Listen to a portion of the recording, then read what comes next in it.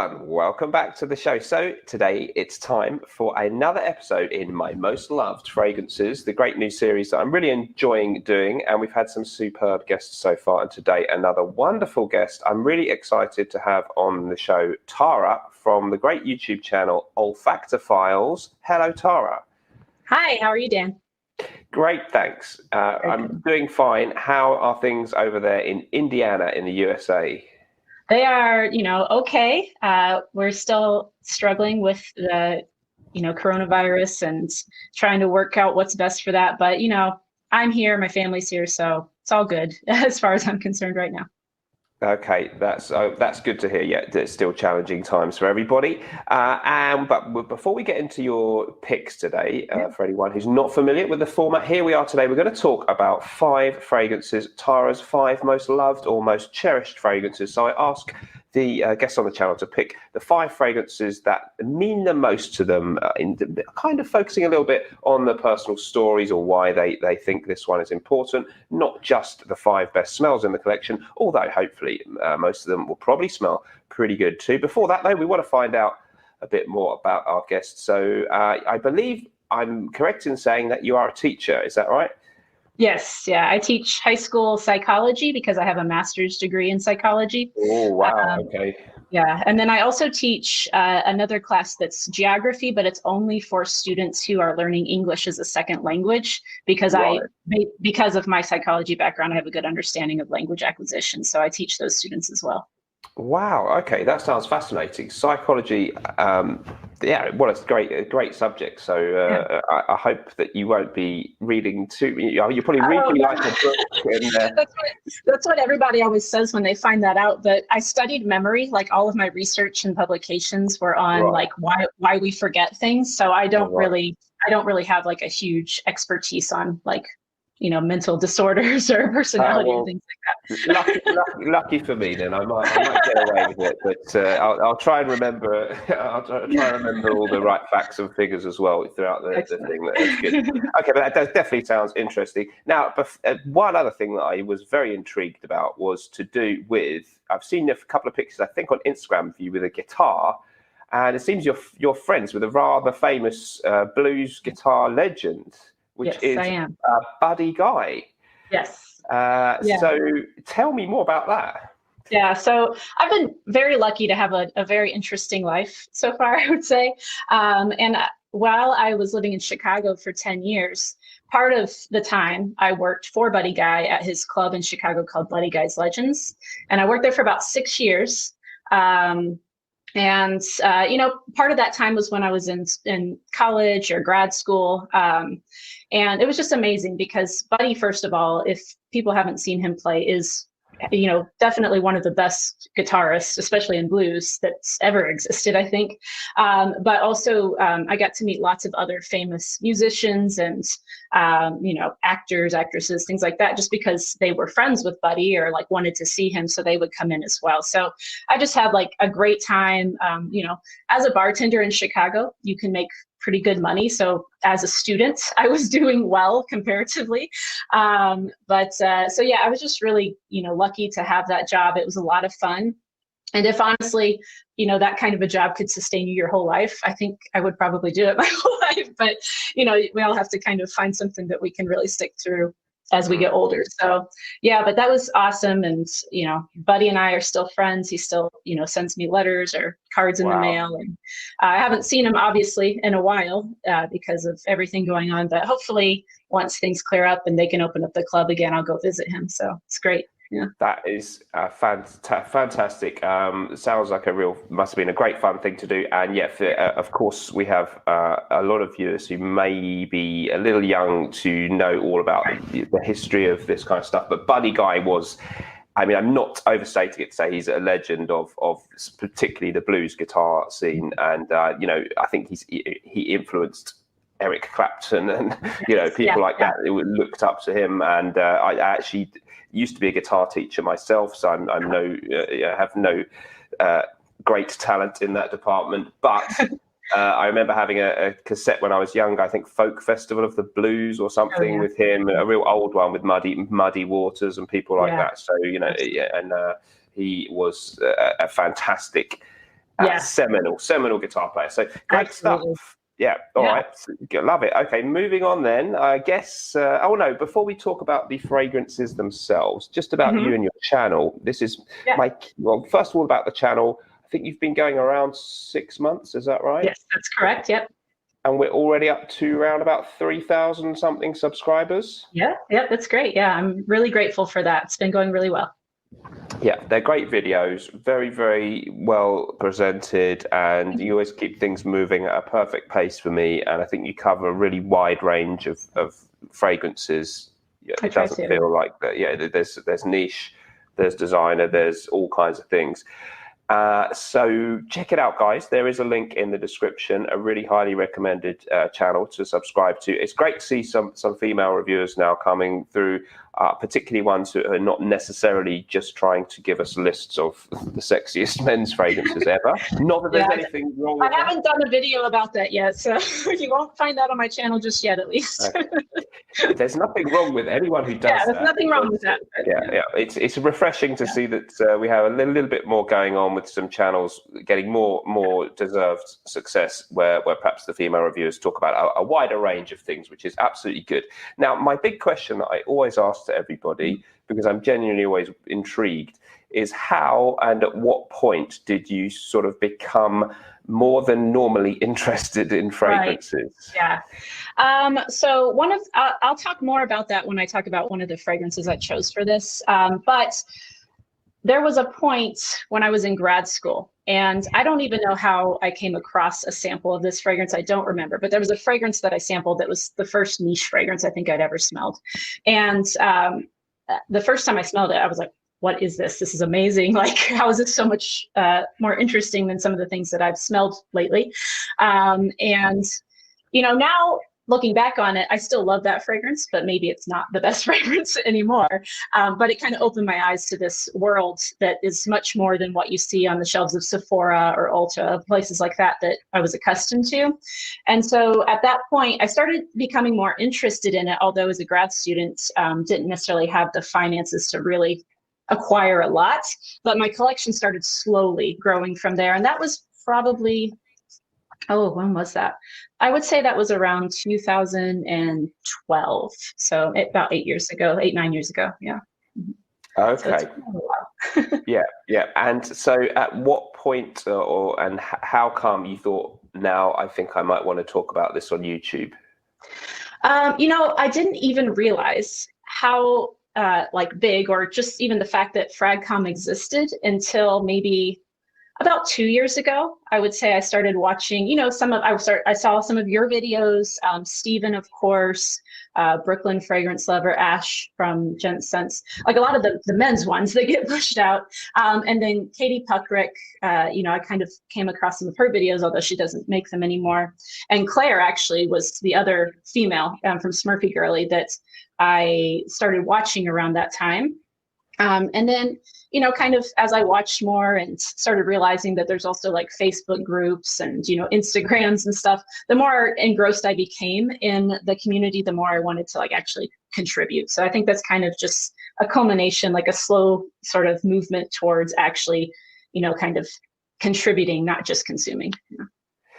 Got it. Awesome. And I must say that for a new channel, it seems like you're pretty good at the whole doing a video, presenting it thing. So have you ever done any other videos or YouTube before? Is it just because you're a teacher that you're good at talking, or? Well, I think that helps. I definitely think teaching helps. But I did have another channel a couple years ago that was about a no buy. I did a whole year where I didn't buy anything. So I didn't buy any fragrances that year. Wow.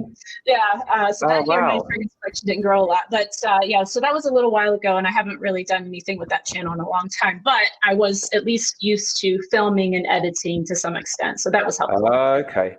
You didn't buy anything for a year? Besides essentials. I didn't buy any new clothes, makeup, fragrance, anything like that.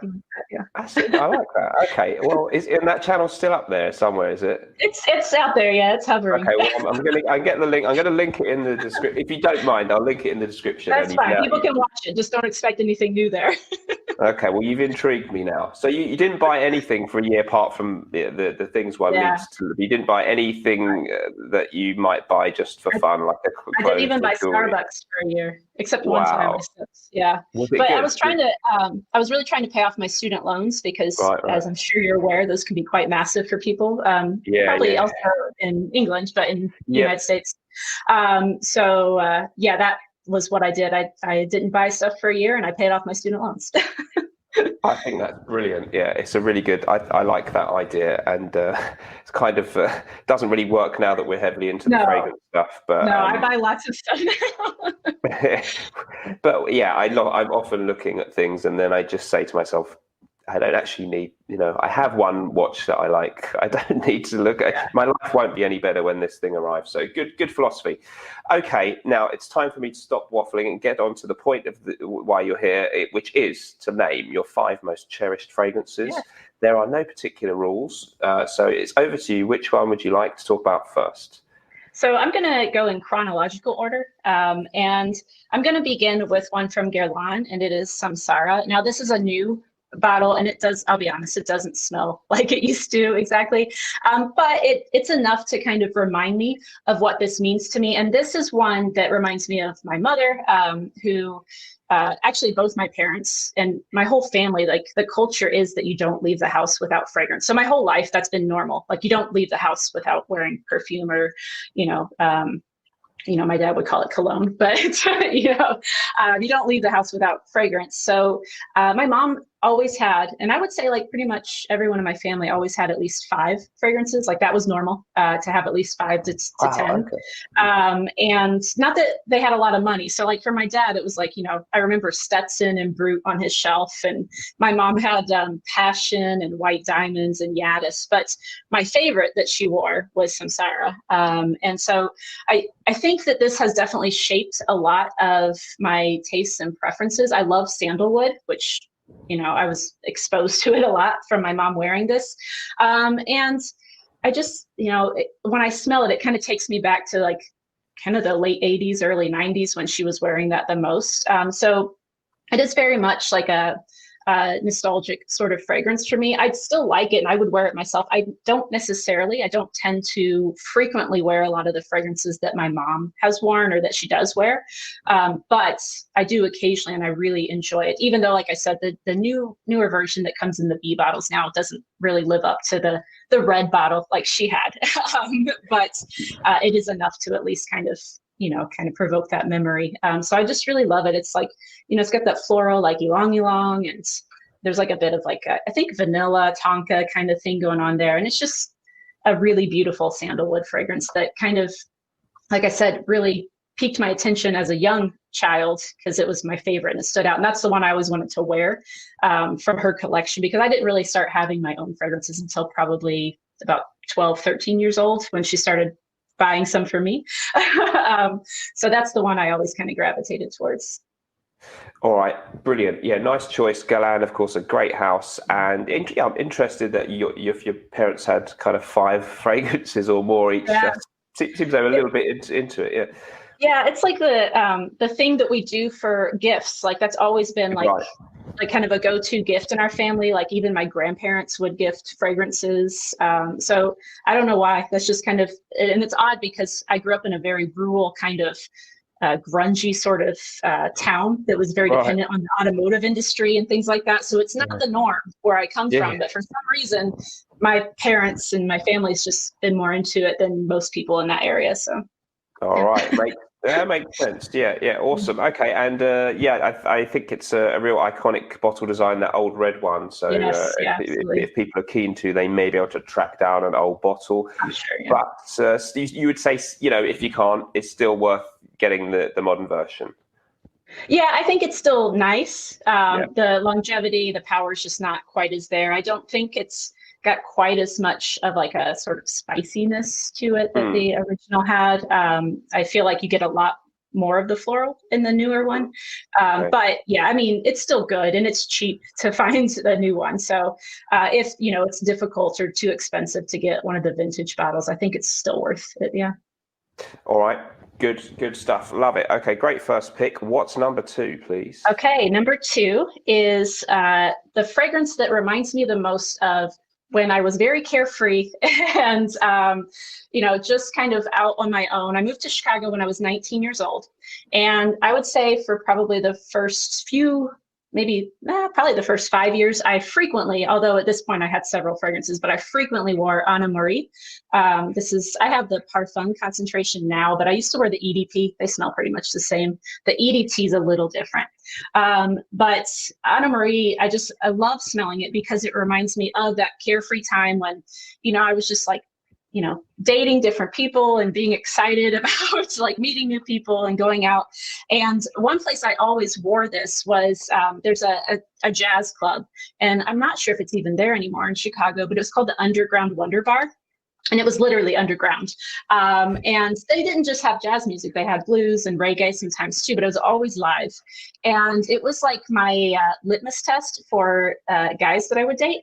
I was like, if you can't have fun and enjoy this place, then I can't be with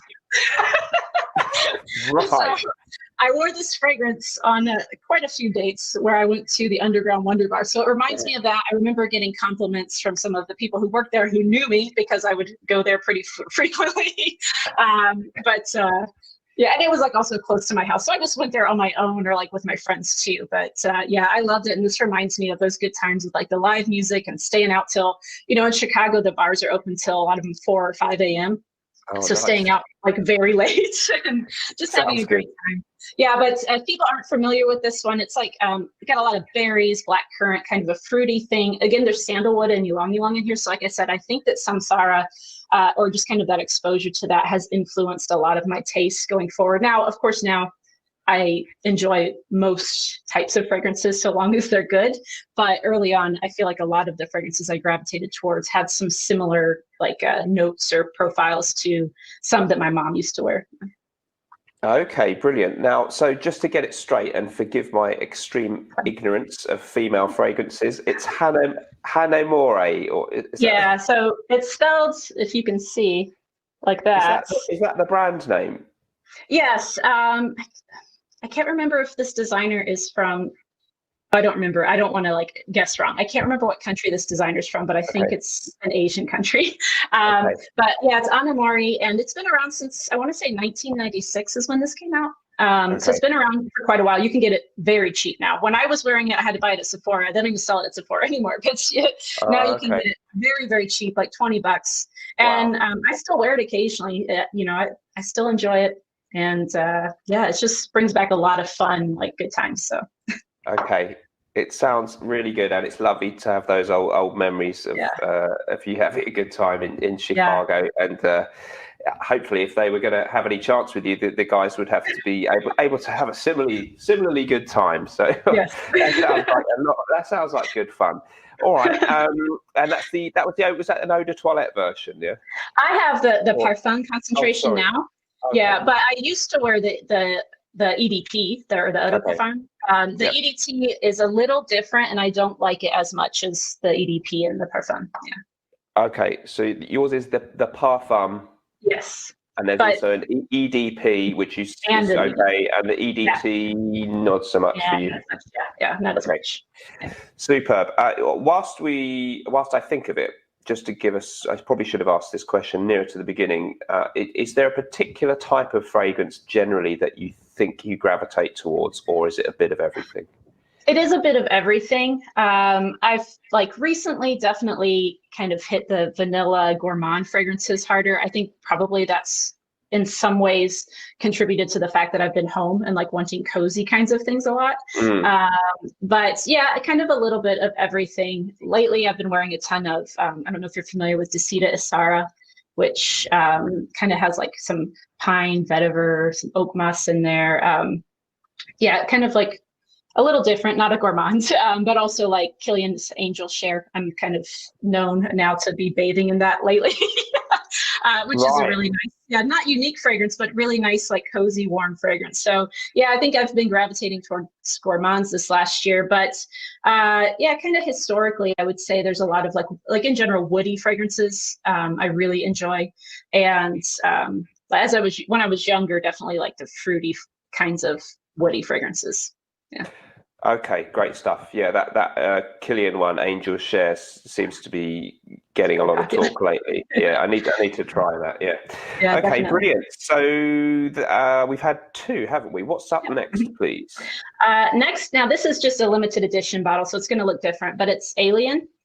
So it's just the normal Alien from Mugler. And I've gone through several bottles of this. I like this one a lot because, well, first of all, I think this is a bit of a sexy fragrance because it has that jasmine sambac, and there's like an amber accord in there. There's a little bit of kind of like a cashmere and wood note. But this is like kind of when I switched from wearing Anna Maria a lot into wearing Alien a lot. It's kind of like I was still, you know, having a good time. I was still living in Chicago, but I was becoming like a little bit more serious. And I feel like this one's maybe a little bit, not that it's a super serious fragrance, but it's a little bit more serious fragrance than the Anna Maria. So it just kind of represents a transition period of my life where I was in grad school and then going from grad school, moving to Indiana, that kind of time period. So this was about, I don't know, probably 10 years ago or so. I was wearing this a lot, maybe 10 to 8 years ago, I was wearing this a lot. But yeah, it's just kind of like a fragrance that was with me for a lot of big milestones, like, you know, getting into grad school, graduating from my master's degree, things like that. So like I said, a transitional sort of period, and like a lot of big changes in my life occurred while I was frequently wearing Alien. So I think it's just kind of a reminder of that, and, you know, kind of makes me feel good about thinking back about the things that I did at that time period. So I enjoy it. And, you know, I feel like a lot of people, I feel like most people, at least most women, have probably smelled it at some point. But I still think it's somewhat unique in its scent profile, even though now there's probably some fragrances out there replicating it a bit. But yeah, I like that one. It's good. Legendary stuff, really, that one, isn't it? Yeah, that and Angel, sure. I guess, from that house. And I'm not trying to put you to the test, but just because I don't know, roughly what year did that one come out in? Oh, I think, I want to say it was the early 2000s, but I don't know exactly what year. Yeah, I don't know, because it was out for a little while before I found it. I know that.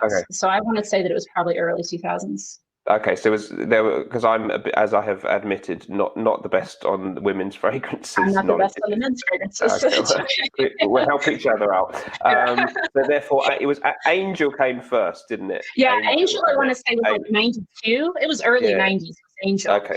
And then Alien, it at the earliest it was late 90s, but I kind of think it was like right around the early 2000s.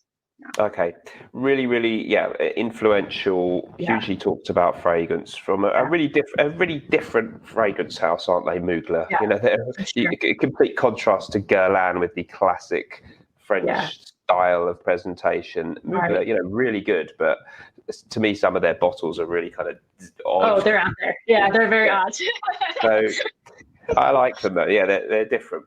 Okay, great. Love that selection. What is up next, please, Tara? Next, I have another one that reminds me of my mother, and it's not that. So, sometimes, like when I was doing this, I was like, I don't really have anything here to represent my father's influence, but I just don't really own any fragrances that he wore.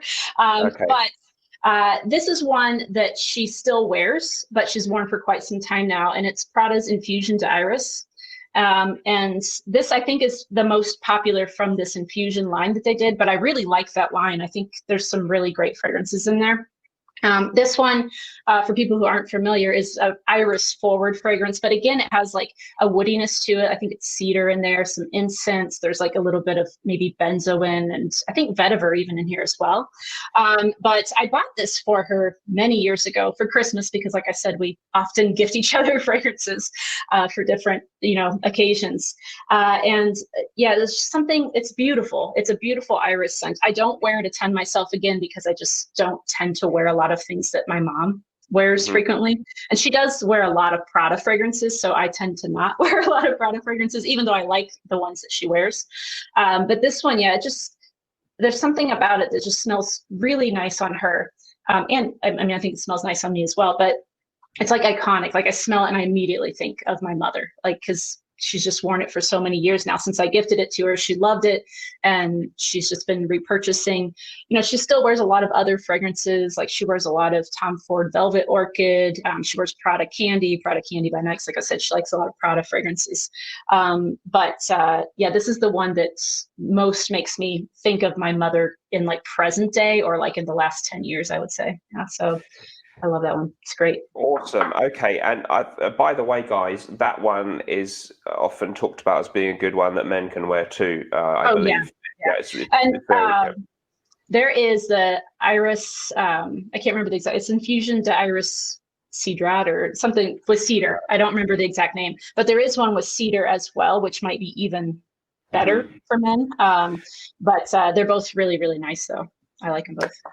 Really good. Yeah, I don't have it, but I've tried it, and my sister actually used to wear that for a while as her kind of main one. So definitely good choice. And yeah, if anyone's interested, there's a great video by Lania Smith where he says he thinks it's a James Bond fragrance, which I didn't. Yeah. So if you're interested in that, guys, you can search that one out, and definitely a good pick maybe for guys. Now, just something's popped into my head there when you said that you were gonna maybe think about saying something that reminded you of your dad, but you don't own them. You have a wild card option here, because we don't mind if you don't own the fragrance, because we can put a little picky up on the thing. So I must say this to my guests, because obviously most Cherished maybe suggests you have to have them. So if you can't think of anything, fine. But is there one you want to just mention to make you think of your dad? Well, okay. So I did pull one that I have that reminds me of things he wore, and I don't think you'll be surprised by this. So I pulled yours. So this does remind me of a lot of the fragrances that he wore, especially in like the 90s. But this is better. I prefer it over what he wore, because I like this more because of the vanilla and the dry down that was not typically present, I don't think, in the ones he wore. But he did wear a lot of fougere style fragrances. Now I couldn't tell you what they all were, because I didn't pay as much attention to his, because I didn't want to wear them myself. All right. But that one does, like the scent profile reminds me of several that he used to wear. Thank you. The check's in the mail. That's really helpful. I know we didn't plan that. It does, and I do really like that. And I have, as you can probably tell, I've worn a decent amount myself. So I do think, I know actually my friend Amina, she has a channel called Experiencing Fragrances with Amina, and she loves wearing it on herself. Yeah. I enjoy wearing it on myself. I think I would find it even better on a man. If there was a man that I knew that would wear fragrances to put this on, but I think it is definitely one that a lot of women would enjoy as well. So well done with that. Oh, thank you so much. I really appreciate that. But by the way, viewers, the fragrances Gravitas Pour On by Norton. Sorry. I did not plan that you had to say that. You mentioned things like Brut and Stetson there. As maybe some of the more humdrum everyday ones that you vaguely remember. But Stetson, I need to check out Stetson. I think that's more of a USA thing. We don't really see it so much here, but we all know Brut, and Stetson was definitely a cheapie even in its time in the United States. But like I said, I mean, my family, like nowadays they're doing all right, but when I was young and my dad was wearing that kind of stuff, and we didn't have much money, so it's kind of you make do with what you have. Some of those are really, really good. I have a stupidly large collection, and some days I still put Brut on. So there you go.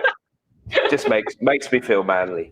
I mean, it is that's a very masculine kind of fragrance, I think. It's good. Yeah. All right, I love these choices so far. Are we down to the last one already? Yeah, I just have one left. Good grief. Okay, well, what is it, please? Okay, so this is the one I mentioned that I somehow have no idea how I got a sample of, but it's the first that I'm aware of niche fragrance that I ever smelled, and it's the Scent of Peace from Bond Number 9. And I still this is a very easy reach for me nowadays, so I still do throw it on occasionally, and I've gone through several bottles. But the first time I smelled this, I was just like, this is beautiful. It fit my profile at the time with kind of the Anna Marie style, fruity, woody fragrances, because it does have like cedar in here. It's got a lot of musk, like a clean musk in here. There's some black currant and grapefruit. So it fit the profile that I already enjoyed, but it was just more interesting and kind of unique compared to, like I said, what I would smell at Sephora or Ulta, places like that. And so I sampled it and I used up my sample and I was like, I have to have this. And then I looked it up and I was like, oh, I'm a grad student and I can't afford what is like, $300 a bottle at that time. Yeah. So I saved up for quite a while to get that. I just was like, when I got it, I was like, oh, this is great. Like I've made it. I've made it. Right. I have my fancy perfume. It's just, at the time I was still very naive to like everything that was out there, but this opened my eyes and I realized, wow, there's like a whole world of fragrance that I haven't been exposed to, because all I've seen is what's in department stores or places like that. So I think that really is a special fragrance to me, because I have gone through several bottles, so I wore it frequently for quite some time, and I still actually get a lot of compliments on that one, surprisingly. But yeah, I think it's just the fact that it allowed me to then explore and develop this like passion and hobby that I have now. So it's very special for that reason is why. Yeah, definitely. Got it. Right. So in a way that was kind of your gateway into niche fragrances and all that, which is same for me. The first one I tried was actually Aventus, and it was just I don't know how, but I barely knew that there was this world of niche fragrances, right. and a lot of people don't really. Perhaps now maybe more people do, but it was a real revelation. Right. Yeah, I think. Bond number 9, and then I think Creed was the second house that I also just happened across.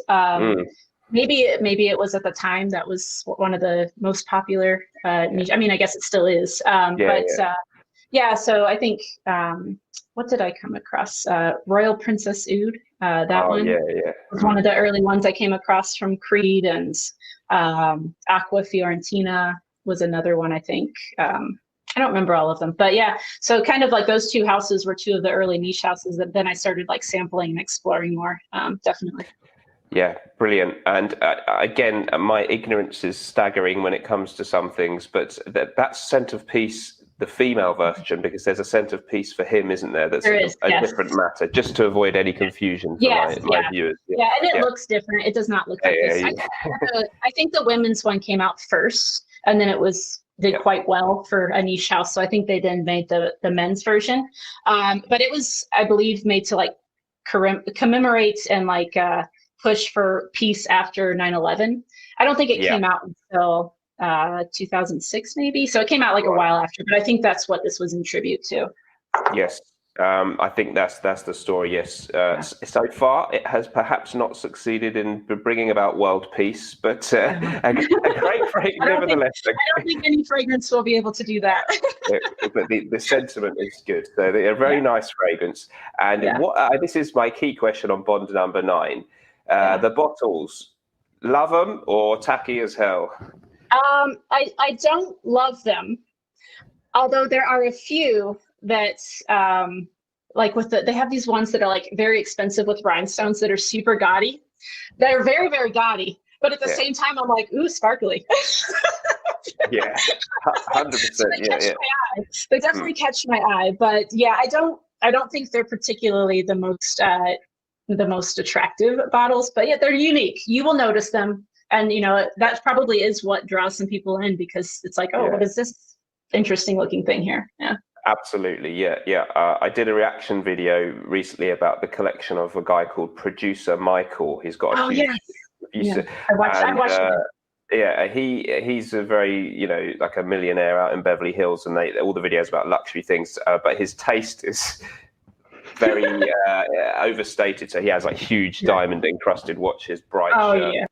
And one of his favorite fragrance houses was Bond number 9, because he really likes colorful, bright, shiny things. So I'm kind of with you. I think I'm kind of tacky and hell, and I really like them. So I don't hate them, but I very much will admit they're very gaudy. They are, yes. There's nothing subtle about that. Yeah. Okay, brilliant. I guess that's it for our choices. I mean, fantastic choices. Definitely a couple there that guys can also wear as well. Yeah, for sure. Please go ahead and subscribe to Tara's channel. I think it's going to be really interesting to see where your channel goes. 6 months in, and already, you're really catching on real fast. So I think it could be big things ahead for you. But luckily, while I still could, I managed to get you on my little channel here, and I think the viewers. Anytime, yeah. Thank you. I really appreciate you having me. No, it's for me. I'm very, very thrilled because I get to put a new face on the screen, apart from my old mug just waffling on my own. And it's been a real great thing for me to start doing this kind of format. So we'll bid a fond farewell to all the viewers. We'll look forward to seeing you both on my channel and over on the Olfactofiles channel, hopefully real soon. Until then, guys, remember, whatever you're doing in life, let's project. Bye-bye.